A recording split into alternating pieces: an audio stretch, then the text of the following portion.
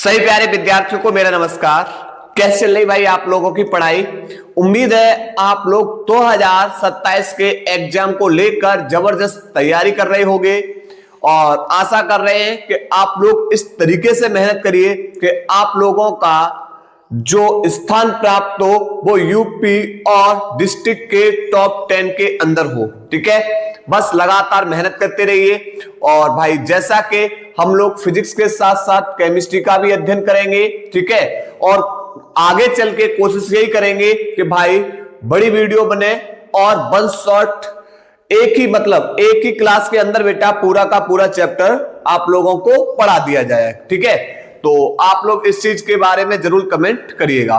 ठीक है, और जैसा कि भाई हमने केमिस्ट्री के अंदर लास्ट लेक्चर में अध्ययन किया था विलयन के प्रकार को, आज उसी क्लास को हम आगे लेकर आए हुए हैं और हम लोग अब पढ़ने वाले हैं उससे आगे टॉपिक। ठीक है, तो अब हम लोग बेटा पढ़ेंगे विलयन के प्रकार के बाद अगली बेटा जो हेडिंग होगी वो होगी हमारी विलेयता।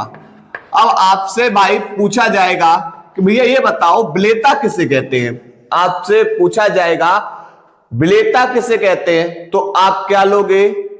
एक विलायक लोगे। क्या लोगे? विलायक लोगे। और कैसा होना चाहिए? निश्चित होना चाहिए। ठीक है, तो निश्चित विलायक में हम क्या करेंगे? निश्चित ताप पर, तापमान को घटाएंगे बढ़ाएंगे नहीं, निश्चित ताप पर हम क्या करेंगे? उसमें किसी विलेय पदार्थ को डालेंगे। तो विलेय पदार्थ को डालने पर वह विलेय पदार्थ विलायक में क्या हो जाए? घुल जाए, विलीन हो जाए, तो उसी को हम क्या कहते हैं? विलेयता कहते हैं। जैसे जल है, ठीक है, जल के अंदर बेटा हम निश्चित ताप पर अगर हम चीनी को घोलेंगे तो आप बोलोगे सर चीनी जल में क्या हो जाएगी? घुल जाएगी। तो भैया यही क्या होगी? यही होगी विलेयता। ठीक है, तो परिभाषा क्या दोगे? परिभाषा दोगे कि भैया किसी पदार्थ की वह अधिकतम मात्रा, किसी पदार्थ की वह अधिकतम मात्रा जो निश्चित ताप पर 100 ग्राम विलायक में घुल जाती है, क्या कहलाती है? उस पदार्थ की विलेयता कहलाती है। किसी पदार्थ की वह अधिकतम मात्रा जो निश्चित ताप पर 100 ग्राम विलायक में क्या हो जाती है? घुल जाती है, क्या कहलाएगी? उस पदार्थ की विलेयता कहलाती है। तो परिभाषा क्या लिखोगे? परिभाषा लिखोगे किसी पदार्थ की वह अधिकतम मात्रा, वह अधिकतम मात्रा जो निश्चित ताप पर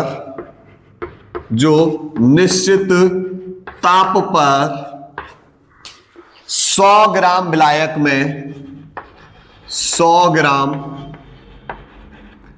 विलायक में घुल जाती है, उस पदार्थ की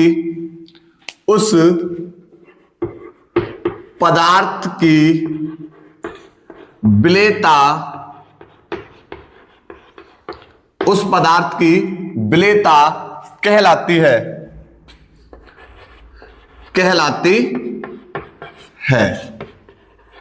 ठीक है, ध्यान रखोगे।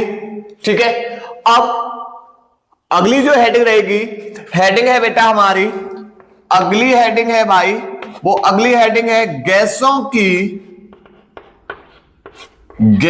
की द्रव में विलेयता। गैसों की द्रव में विलेयता। भाई गैसों को किसमें घोलेंगे? द्रव में। गैसों को किसमें घोलेंगे? द्रव में। ठीक है, तो भाई ध्यान रखना भिन्न भिन्न गैसों की जो द्रव में विलेयता होती है वह क्या होती है? भिन्न भिन्न होती है। क्या बताया हमने भाई? आप प्रत्येक गैस को प्रत्येक द्रव में नहीं घोल सकते हो, प्रत्येक गैस को प्रत्येक द्रव में नहीं घोल सकते हो। ठीक है, मैंने क्या बताया? भिन्न भिन्न गैसों की जो द्रव में विलेयता होती है वह भिन्न भिन्न होती है। जैसे अगर हम एग्जाम्पल में बात करेंगे, अगर हम जल में O2 गैस को घोलेंगे, एग्जाम्पल में हमने क्या बताया, अगर हमने जल में किसको घोला भाई, O2 ऑक्सीजन गैस को घोला, तो बेटा यह कम घुलनशील होगी। लेकिन अगर हम कार्बन डाइऑक्साइड, HCl आदि गैसों को घोलेंगे तो इनकी विलेयता कैसी होती है, अधिक होती है। यह बेटा निर्भर करती है किस पर, अवशोषण गुणांक पर। किस पर निर्भर करती है, अवशोषण गुणांक पर। ठीक है, तो अब यहां पर बात करेंगे किसकी भाई, जिसका अवशोषण गुणांक अधिक होगा उसकी बेटा जो गैसों की जो द्रव्य विलेयता होगी वो कैसी होगी, अधिक होगी। तो हमने क्या बताया, आप बोलोगे कि सर यहां पर यह समझ में आया कि भाई भिन्न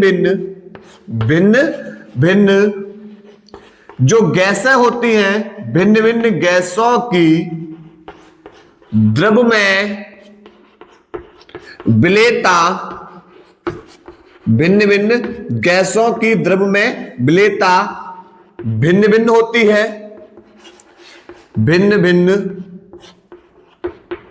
होती है। उदाहरण के लिए बात करेंगे, जल में जो हमारी O2 गैस है वह भाई कैसी है, जल में O2 गैस कैसी है भाई, कम घुलनशील है, कम घुलनशील है।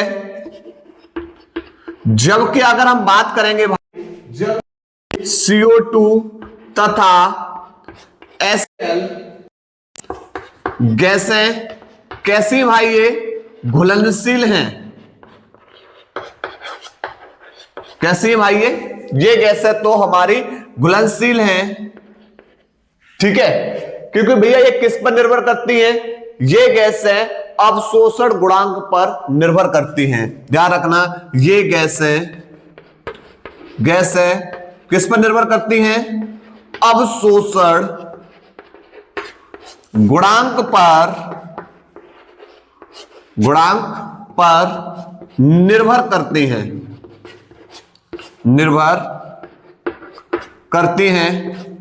जिस गैस का अवशोषण गुणांक अधिक होगा, जिस गैस का भाई अवशोषण गुणांक कैसा होगा, अधिक होगा, वे गैसें द्रव में अधिक घुलनशील होंगी। ठीक है, चलिए अब हम लोग बेटा जो समझने वाले हैं वह समझने वाले हैं भाई अवशोषण गुणांक को। तो पहले यहां तक का बेटा स्क्रीनशॉट ले लीजिए, इसके बाद अब हम लोग बेटा समझने वाले हैं अवशोषण गुणांक को। उसके बाद गैसों की द्रव्यमय विलेयता को प्रभावित करने वाले कारक के बारे में समझने वाले हैं। ठीक है, और इसी में आगे चल के बेटा आपको एक नियम मिलेगा, हेनरी का नियम। कौन सा नियम पढ़ने वाले इसी बेटा, हेनरी का नियम। उसके बेटा हम लोग पढ़ेंगे कौन, सीमाएं पढ़ेंगे। उसके बाद हम लोग बेटा इसके पढ़ेंगे अनुप्रयोग। ठीक है, तो आपका यहां से महत्वपूर्ण प्रश्न है। चलिए पहले स्क्रीनशॉट ले लीजिए भाई यहां तक।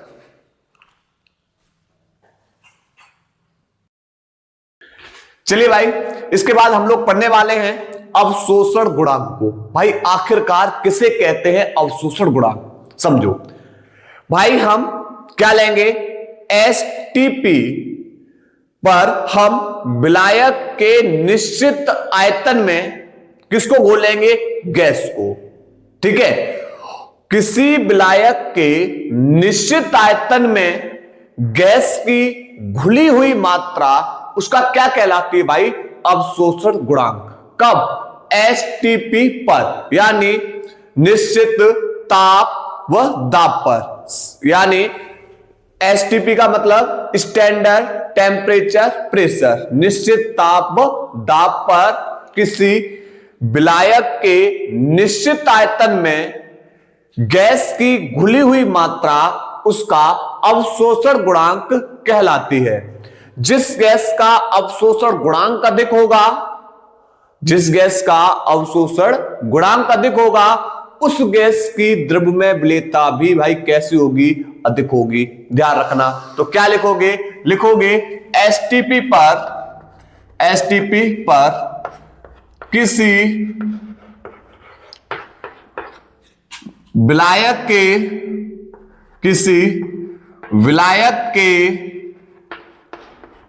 निश्चित आयतन में गैस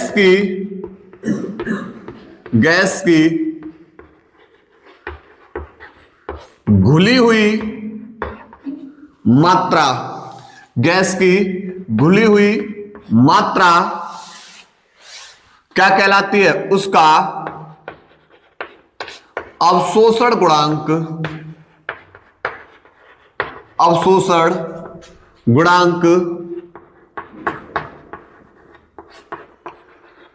कहलाती है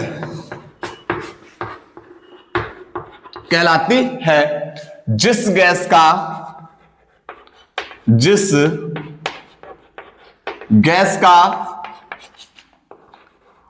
अवशोषण गुणांक, जिस गैस का भाई अवशोषण गुणांक कैसा होगा? अधिक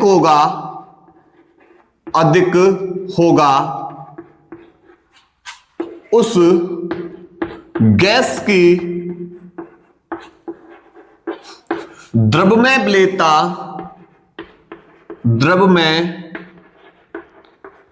विलेयता अधिक होगी। क्या होगी भाई? अधिक होगी। विलेयता अधिक होगी।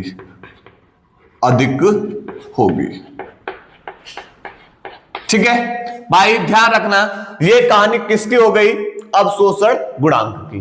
ठीक है, अब हम लोग पढ़ने वाले हैं कि भैया बताओ गैसों की द्रव्य विलेयता को प्रभावित करने वाले कारक। जब हम गैसों को भाई द्रव में मिलाएंगे तो कौन कौन से कारक हैं जो इसको प्रभावित करेंगे? ठीक है, चलिए तो अगली हेडिंग बेटा कौन सी रहने वाली है हम लोगों की?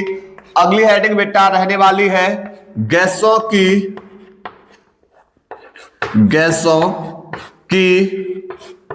द्रव में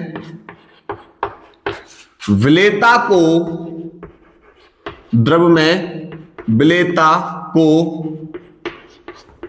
प्रभावित करने वाले कारक।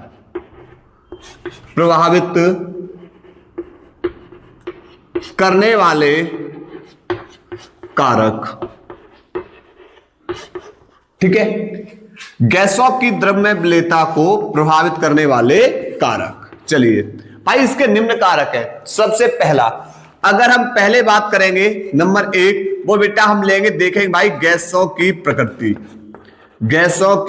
प्रकृति की बात करेंगे हम पहले। ठीक है, अब सुनो, अब हमारी गैसें बेटा दो प्रकार की होती हैं। एक तो आयनित गैसें होती हैं और दूसरी बेटा अयानित गैसें होती हैं। अब जो गैसें बेटा आयनित हैं वह बेटा क्या करेंगी? विलायक से क्रिया करेंगी और विलायक से क्रिया करके बेटा किसका निर्माण कर देंगी? यौगिक का निर्माण कर देगी। और वो गैसें बेटा क्या होंगी? बहुत ही ज्यादा बेटा कैसी होंगी? घुलनशील भी होंगी। ठीक है, तो विलायक से क्रिया करके यौगिक का निर्माण करने वाली गैसें, अर्थात जो हमारी आयनित गैसें हैं वह द्रव विलायक में कैसी हैं? अधिक घुलनशील हैं। जैसे अगर हम बेटा जल में, किसमें भाई? जल में अगर हम CO2 गैस को डालें, HCl गैस को डालें, ठीक है, तो ये गैसें बेटा कैसी है? बहुत ही ज्यादा बेटा ये कैसी है? घुलनशील है, क्योंकि ये गैसें आयनित हैं। ये गैसें कैसी भाई? आयनित हैं, और आयनित गैसें हैं तो जल में कैसे हो जाएंगे? घुलनशील है। ठीक है, तो यहां पर क्या है? जो गैसें आयनित होंगी वह द्रव विलायक में कैसी होंगी? अधिक घुलनशील होंगी, और जो गैसें बेटा आयनित नहीं होंगी वो बेटा कैसी होंगी? हमारी कम घुलनशील होंगी। ठीक है, जैसे एग्जाम्पल में बात करेंगे H2O प्लस HCl। हम आई जल के अंदर कौन सी गैस को घोल रहे हैं भाई? HCl गैस को। तो बेटा यहां पर क्या बन जाएगा? जल में बेटा H स्वतंत्र नहीं रहता है, जल में H स्वतंत्र नहीं रहता है, तो ये बेटा किससे क्रिया करेगा? जल से क्रिया करके बना देगा hydronium ion plus Cl red ion.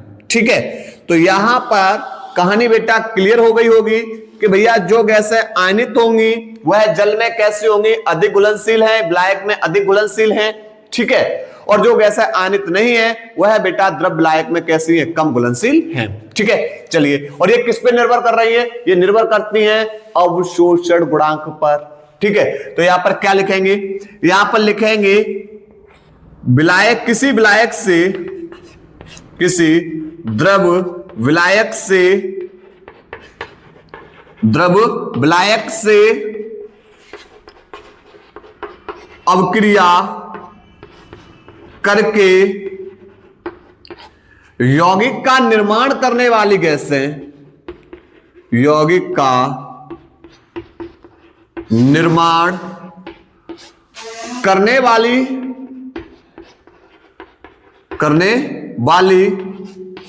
गैसें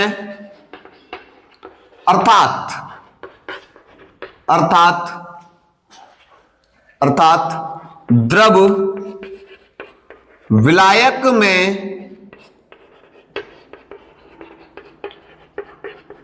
आयनित होने वाली गैसें द्रव विलायक में अधिक घुलनशील हैं, अधिक घुलनशील होती हैं। उदाहरण के लिए बेटा, उदाहरण में आपके सामने लिख दे रहा हूं, इधर चलो, इधर लिख दे रहा हूं उदाहरण में बेटा लिखेंगे जैसे H2O में CO2, HCl आदि गैसें घुलनशील हैं क्योंकि ये गैसें जल में आयनित हो जाती हैं,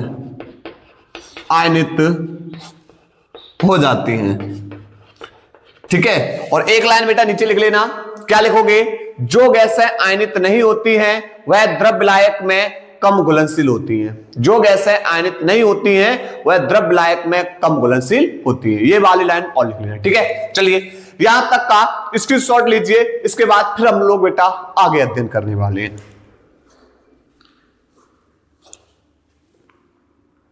आगे बेटा अगली हेडिंग पढ़ने वाले हैं, गैसों की द्रव में विलेयता को प्रभावित करने वाले कारक में।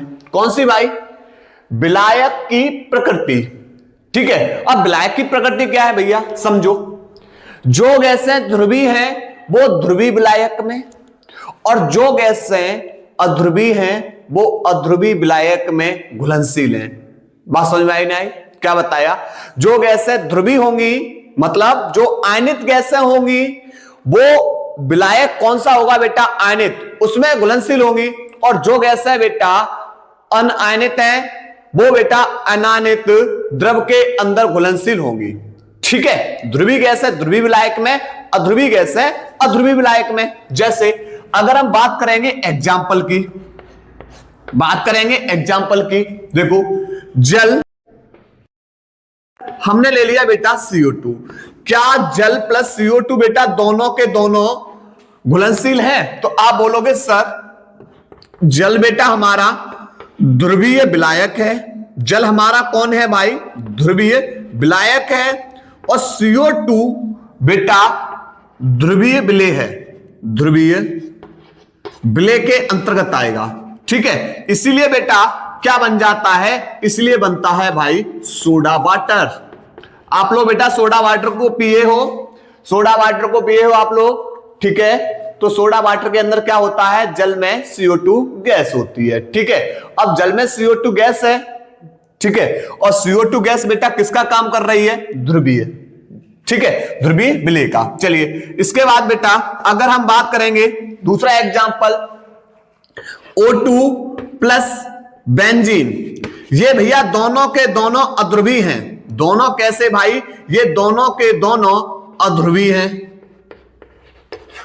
और दोनों अध्रुवीय हैं, तो O2 के अंदर बेंजीन के अंदर जो O2 है, जो ऑक्सीजन है, वो बेटा बेंजीन के अंदर घुलनशील है। लेकिन अगर हम बात करेंगे जल प्लस O2 की, तो आप बोलोगे कि यहां पर ये कैसा है, ये बेटा हमारा अध्रुवीय है, और ये हमारा कौन है भाई, ध्रुवीय है।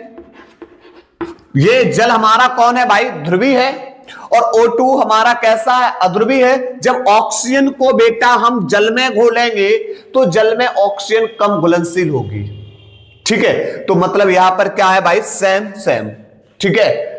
तो यहां पर ध्यान रखना है, ध्रुवीय विलायक, ध्रुवीय गैस है ध्रुवीय विलायक में, तथा अध्रुवीय गैस है अध्रुवीय विलायक में घुलनशील है। तो क्या लिखोगे, यहां पर लिखोगे ध्रुवीय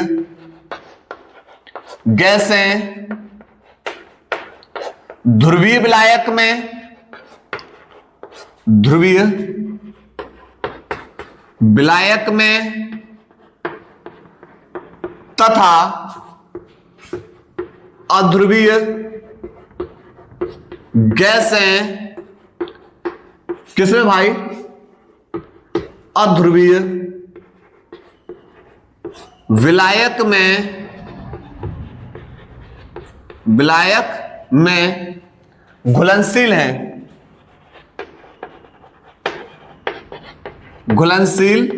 हैं, ठीक है। जैसे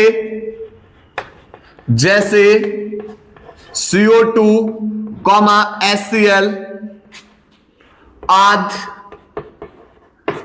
गैसें किसमें घुलनशील है बेटा, जल में घुलनशील है, क्योंकि इनकी प्रकृति कैसी है, ध्रुवीय है, क्योंकि इनकी प्रकृति ध्रुवीय है, ठीक है।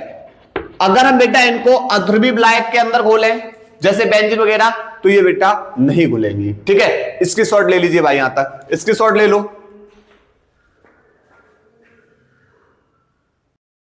इसके बाद बेटा अगली जो हेडिंग है वो है बेटा, हम लोग समझने वाले हैं ताप का प्रभाव।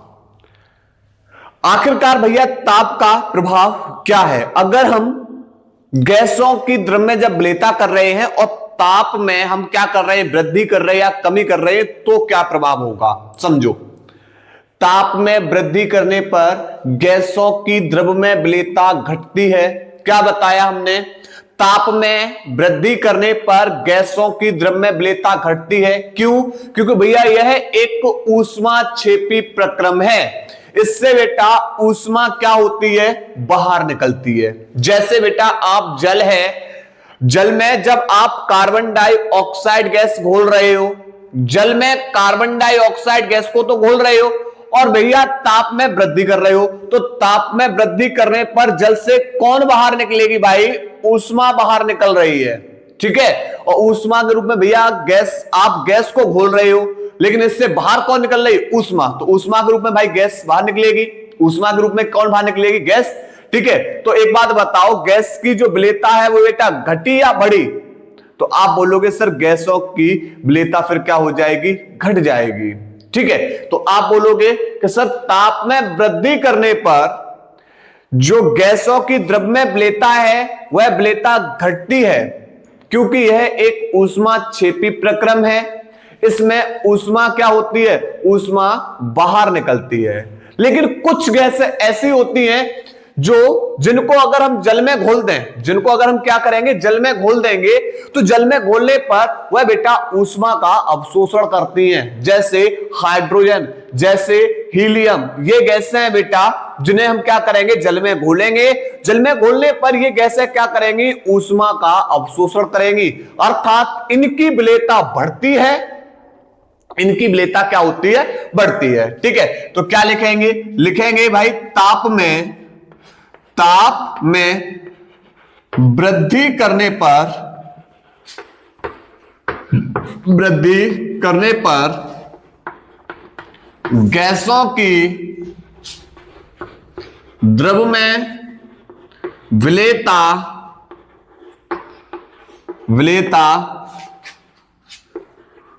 घटती है क्योंकि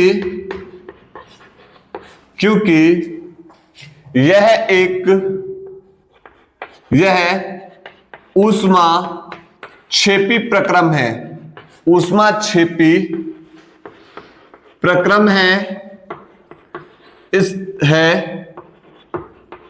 इससे ऊष्मा बाहर निकलती है,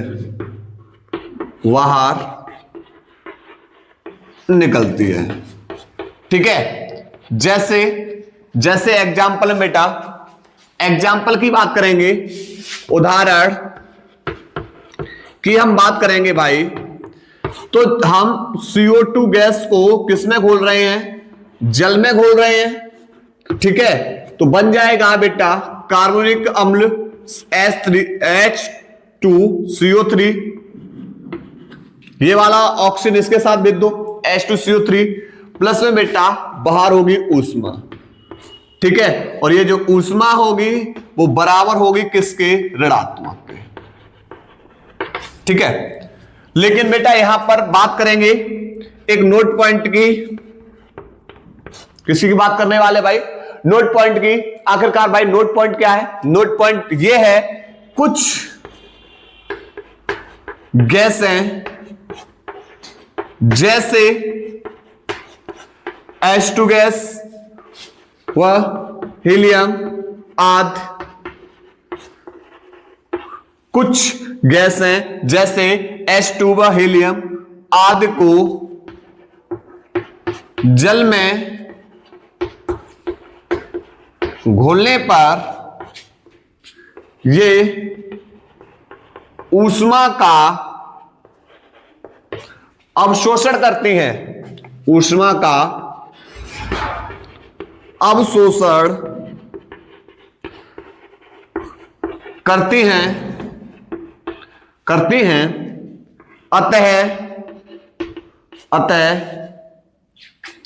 अतः ताप में वृद्धि करने पर इन गैसों की विलेयता बढ़ती है, इन गैसों की विलेयता बढ़ती है। बेटा यहां से आपका प्रश्न बनता है, ध्यान रखना, 1 नंबर का प्रश्न आपका बन जाता है 1 से 2 नंबर का, ठीक है। चलिए इसके बाद हम लोग पढ़ने वाले हैं दाब का प्रभाव। स्क्रीनशॉट ले लीजिए भाई यहां तक। इसके बाद बेटा अब हम लोग पढ़ने वाले हैं दाब का प्रभाव। भाई आखिरकार हम जब गैसों को द्रव में मिला रहे हैं तो उसके दाब के कारण इस पर क्या प्रभाव पड़ता है। चलिए देखो, सबसे पहले भाई आप एक बंद पात्र लीजिए, ठीक है। आपने बेटा क्या ले लिया? एक बंद पात्र ले लिया, ये हमारा एक बंद पात्र है, ठीक है। इसके ऊपर बेटा लगा हुआ है ये पिस्टन, दाब के लिए हमने क्या लगाया बेटा? इसके ऊपर पिस्टन लगा दिया, ठीक है। इसके अंदर भरे हुए हैं ये बेटा जल के अण, लगभग में ये बेटा यहां पर ये जो हम बेटा दर्शा रहे हैं, ये किसको दर्शा रहे हैं? जल को, ठीक है। ये भाई भरा हुआ है जल, ठीक है, ये भरा हुआ है जल, ठीक। जल के ऊपर बेटा उपस्थित है गैस। कौन है बेटा? गैस। कौन सी? मैंने मान लिया बेटा ये हमारी CO2 है, ठीक है, एग्जाम्पल के तौर पे। जल हमारा बेटा कौन है? जल हमारा विलायक है ज्यादा मात्रा में, और गैस हमारी क्या है भाई? विलेय है, ठीक है। अब करना क्या है भाई? ये हमारा बंद पात्र हो गया, इसमें भाई जल भरा हुआ है, जल के ऊपर गैस है, और इसके बेटा इसके ऊपर हमने इस बंद पात्र के ऊपर लगा दिया पिस्टन को। जैसे पंप से हवा डालते साइकिल में, है ना, तो आप जिसको हैंडल पकड़ते हो तो बेटा उसे क्या बोलेंगे हम, इसको पिस्टन बोलेंगे। ठीक है, अब क्या हुआ कि आप बेटा इस पिस्टन के द्वारा गैस के ऊपर क्या लगाओ, दाब लगाओ। तो आप बोलोगे सर हम गैस के ऊपर दाब लगाएंगे तो ये गैस के अणु किस में चले जाएंगे, जल के अंदर। भाई हम गैस पर अगर हम पिस्टन के द्वारा गैस के अणुओं पर दाब लगा रहे हैं तो ये गैस के अणु कहां जा रहे हैं भाई, जल के अंदर जा रहे हैं। आप भाई कम दाब लगाओगे, कम दाब लगाओगे तो भाई गैस के कम अणु जल के अंदर जाएंगे। ज्यादा दाब लगाओगे तो ज्यादा अणु गैस के किस में चले जाएंगे, जल के अंदर।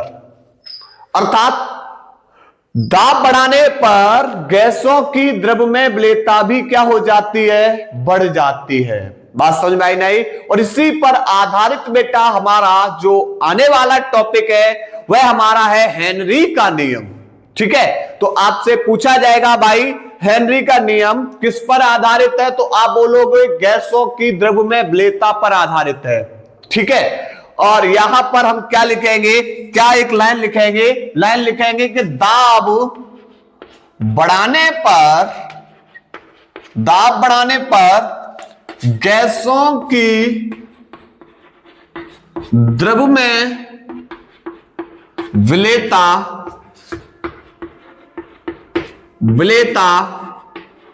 बढ़ जाती है।